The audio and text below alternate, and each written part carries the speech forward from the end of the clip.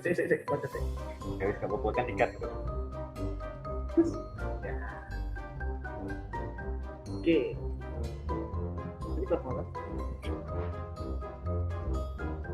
Baik, assalamualaikum warahmatullahi wabarakatuh.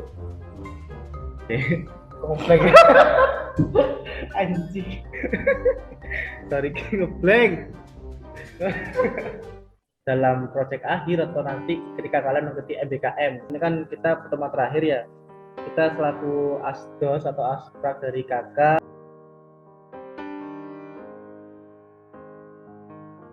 Baik, assalamualaikum warahmatullahi wabarakatuh. Untuk praktikum kali ini kita ada acara recording ya teman-teman. Dan bukan kebetulan ya, ini kita masuk ke dalam praktikum yang terakhir, yaitu membahas tentang modul ke-7 tentang data mining, perceptron, dan juga ensemble classification. Jadi sebelum kita masuk ke materinya, kita perlu mempelajari dulu apa saja pendahuluan yang ada di modul, seperti yang nomor 1 sampai nomor 7. Mungkin kita langsung masuk ke dalam kolaboratorinya ya. Oke, di sini kami akan menjelaskan sedikit mengenai pendahuluan, di mana kita akan menjabarkan atau menjelaskan sedikit terkait penjelasan dari input layer, kemudian dari fungsi dari bobot, output layer, dan seterusnya. Mungkin yang pertama dimulai dari input layer ya. Input layer sendiri adalah jaringan lapisan masukan. Dia berfungsi untuk menerima data, masukan atau fitur dari luar dan meneruskannya ke lapisan berikutnya. Jadi input layer itu bisa dikatakan seperti, nah ini, X1, X2, dan juga X3 ya. Kemudian di nomor 2 ada bobot dalam konteks jaringan saraf tiruan. Dia adalah parameter yang digunakan untuk menghubungkan setiap node di satu lapisan dengan node-node lapisan berikutnya. Nah, bobot ini menentukan sejauh mana sinyal dan informasi diteruskan oleh jaringan.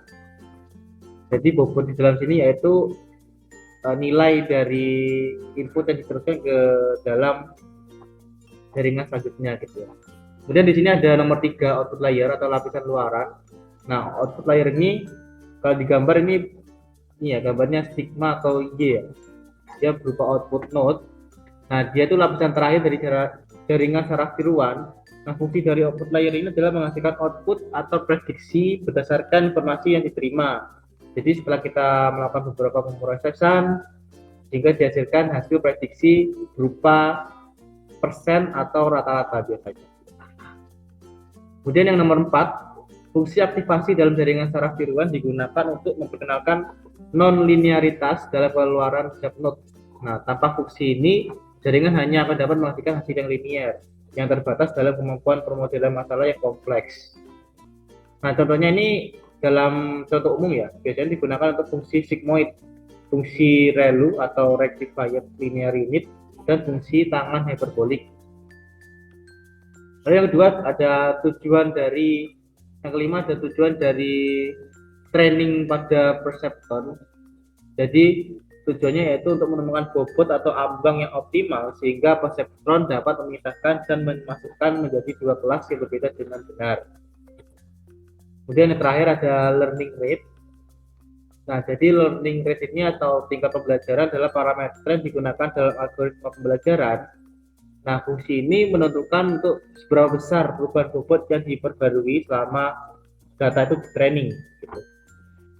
Dan di sini kami juga menyediakan beberapa rumus yang mungkin bisa kalian gunakan nantinya ketika mengerjakan modul. Yang pertama ada rumus perceptron, ada rumus fungsi aktivasi sigmoid, ada rumus fungsi aktivasi ReLU, fungsi aktivasi tangan hyperbolik, fungsi delta rule. Nah, untuk penjelasannya mungkin bisa kalian baca sendiri ya untuk keterangan-keterangannya. Oke, lanjut ke codingan yang pertama. Ya, di sini ada beberapa soal ya. Nah, beberapa soal ini bisa kalian pelajari di kode bawahnya. Jadi kalian hanya perlu memperhatikan penjelasan kode satu blok-blok di bawah ini ya. Jadi yang blok pertama seperti biasa di sini menggunakan beberapa library. Yang pertama kita import dataset melalui scaler. Kemudian ada standard scaler. Nah, ini dia preprocessing ya. Jadi digunakan untuk melakukan pengeskalaan gitu ya. Kemudian di sini ada linear model di import perceptron seperti yang dijelaskan pada pendahuluan tadi ya. Kemudian di sini menggunakan model selection seperti biasa ya, kita akan melakukan split antara train dan test. Kita akan atur seberapa banyak atau berapa persen data test dan data train yang digunakan. Kemudian ada metrik, kita gunakan akurasi score. Ini digunakan untuk menghitung berapa persen tingkat akurasinya. Kemudian kita gunakan NumPy juga, kita gunakan bagging classifier. Lalu lanjut yang ke blok 2. Jadi di modul kali ini kita menggunakan data iris ya. Dimana kita bisa load data irisnya menggunakan data set yang sudah kita import tadi library-nya.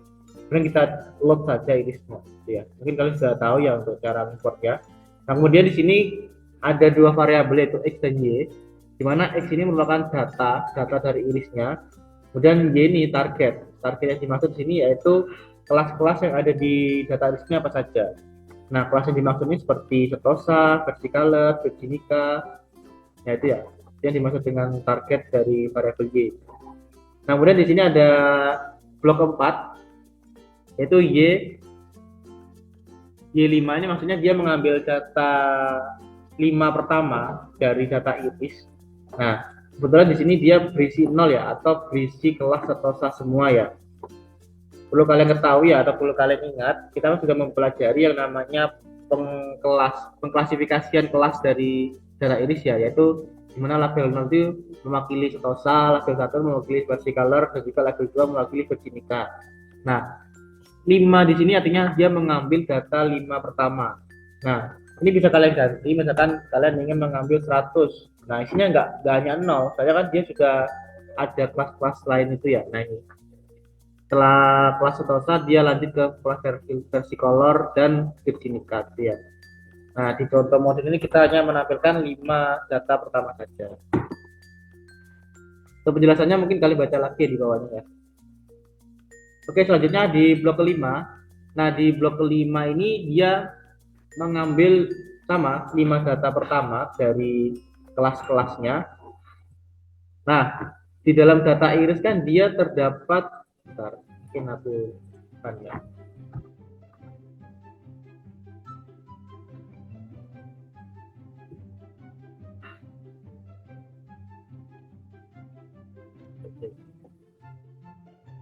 Nah, oke. Nah, di dalam data itu kan dia terdapat kayak sepal length, sepal width, petal length, petal width ya. Nah, itu fungsi dari variabel X itu. Jadi dia setelah mengambil 5 data pertama yaitu kelas setosa, dia mencetak data-data yang berupa sepal length, sepal width, petal length, dan petal width. Dia mencetak itu dari 5 data pertama. Itu ya. Kalau misalkan kalian mau rubah 10 data pertama ya bisa. Dengan kalian ganti aja. Nah, itu. Jadi isi dari array-nya di situ tuh isi dari sepal length, sepal width, petal length, petal width ya. Kemudian lanjut di sini ada blok 6 yaitu seperti biasa ya, karena kita menggunakan library apa nanti namanya? Library ini ya, trend test split. Jadi kita menggunakan library itu untuk membagi antara data training dan data test. Di sini membaginya yaitu 30% data test dan juga 70% data training. Terus selanjutnya dijelaskan oleh Wasit. Baik, terima kasih Mas. Jadi untuk materi kali ini kita sudah mendapatkan beberapa modul program yang dari awal sampai blok 6 yang sudah dijelaskan oleh Mas Vito. Tentunya kita melakukan pengklasifikasian kembali tapi dengan menggunakan metode perceptron dan ensemble seperti itu. Nah, tujuannya kita mempelajari setiap klasifikasi itu adalah biar kita ke depannya kalau misal ada yang mau terjun ke data science terutama ya, kita bisa mengambil beberapa metode classification yang paling cepat atau paling mudah. Jadi kita berikan nih mulai dari modul awal sampai akhir mana yang lebih efisien untuk digunakan. Dan kebetulan ini modul terakhir terkait classification ya. Oke, kita lanjut ke blok 7. Jadi di sini kita mempunyai variabel SC yang berisi standar scalar, yang mana standar scalar ini merupakan turunan dari library preprocessing ya, preprocessing. Perseptron.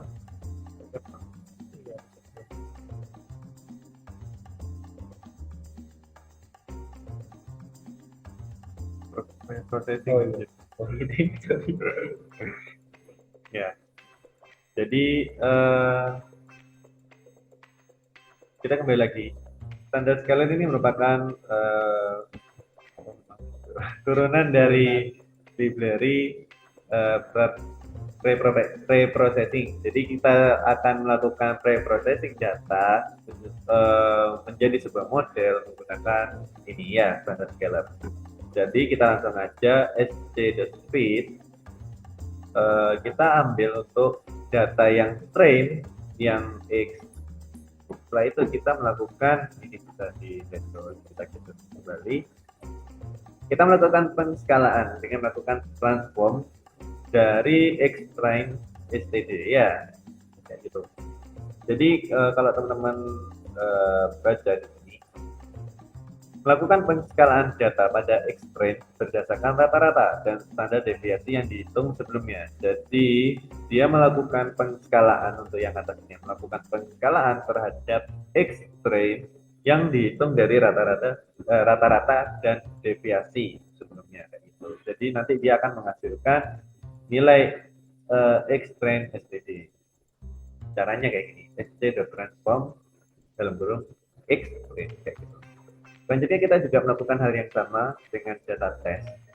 Baru setelah kita melakukan pre-processing data, selanjutnya kita menuju ke blok 8, yaitu melakukan perceptron dan ensemble, atau kita melakukan pengklasifikasi yang terpisah kayak gitu. Nah, kita bikin aja PPN, variabelnya terserah bebas, tapi di sini kami menggunakan PPN sama dengan perceptron, yang mana dalamnya itu ada eta 0,1 random rate 0. Jadi etanol ini maksudnya apa? Ini teman-teman bisa baca. Dia itu learning rate atau tingkat pembelajaran yang digunakan oleh perceptron. Nah, jadi tingkat learningnya si program itu kalian bisa atur. Untuk random rate-nya itu hasil yang diproduksi ya, reproduksi secara acak. Gitu. Terus di sini ada ppn.feed, kita feedkan kembali untuk nilai X train dan Y train-nya, tapi kita menggunakan X train std ya. Terus selanjutnya kita melakukan Y prediksi dengan melakukan prediksi terhadap nilai X test ya. Jadi kita mengambilnya yang nilai X yang data test, bukan yang nilai Y ya. Setelah itu kita print aja ini, print akurasinya dari Y test dan Y prediksi. Y prediksi ini ya. Jadi kita bandingkan kayak gitu. Jadi yang dibandingkan tuh Y prediksi sama Y testnya. Hasil Y prediksi itu dari mana? Dari nilai X train yang di pre-processing dengan menggunakan perceptron kayak gitu. Jadi ini kita udah mendapatkan hasil akurasinya 0,7 ya. Kalau menggunakan perceptron saja, kita masih belum menggunakan ensemble. Kita lanjut ke bawah. Nah, ini untuk blok 9 baru kita menggunakan namanya ensemble classification ya. Bagging classifier ini merupakan metode, salah satu metode ensemble yang dia itu melakukan pengklasifikasian data secara terpisah, tapi dia paralel klasifikasinya kayak gitu. Kita lanjut aja cara yang baris pertama ini sama, hanya yang di sini aja yang beda. Dia itu ada base estimator PPN 2, jadi ada estimator base-nya dan nilai estimatornya itu sebanyak berapa dan jobnya itu sebanyak berapa gitu. Untuk kode program bawahnya ini juga sama seperti yang atas, yang membedakan hanya di sini ya. Kalau teman-teman bisa perhatikan, ini ada pengertiannya terkait bagging classifier ya. Bagging classifier dilatihkan menggunakan data pelatihan X dan Y train. Sama seperti yang awal, digunakan untuk memprediksi label dari data uji X test std ya. kayak gitu. Oh di sini pengertian di sini sebagai perseptron yang telah dibuat sebelumnya dan menetapkan jumlah estimator sejak 300 parameternya untuk di atas sebagai min 1 yang berarti kode akan menggunakan semua isi CPU yang tersedia untuk pemrosesan secara paralel. Jadi bagi classifier dia melakukan pengklasifikasian data secara paralel, tapi kita melakukannya min 1 untuk n jobnya supaya CPU-nya semuanya ini eh, apa ya bisa digunakan lah untuk melakukan pengklasifikasian kayak gitu. Terus ini kenapa kok ada warning datanya? Ini kita menggunakan model estimator yang lama ya, modelnya ini yang lama yaitu base estimator. Kita tinggal hapus saja base estimatornya, estimator aja.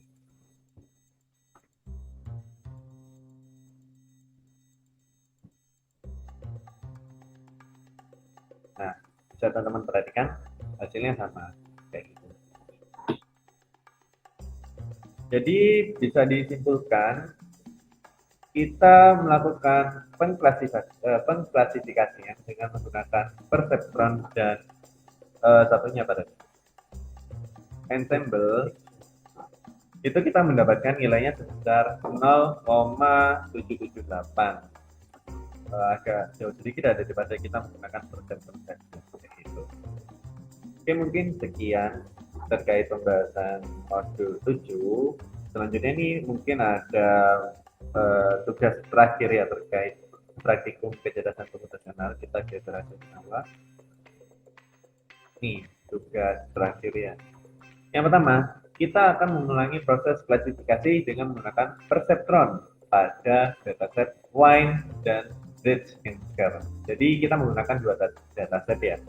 Masing-masing gunakan perbandingan 0,2, 0,3, 0,4.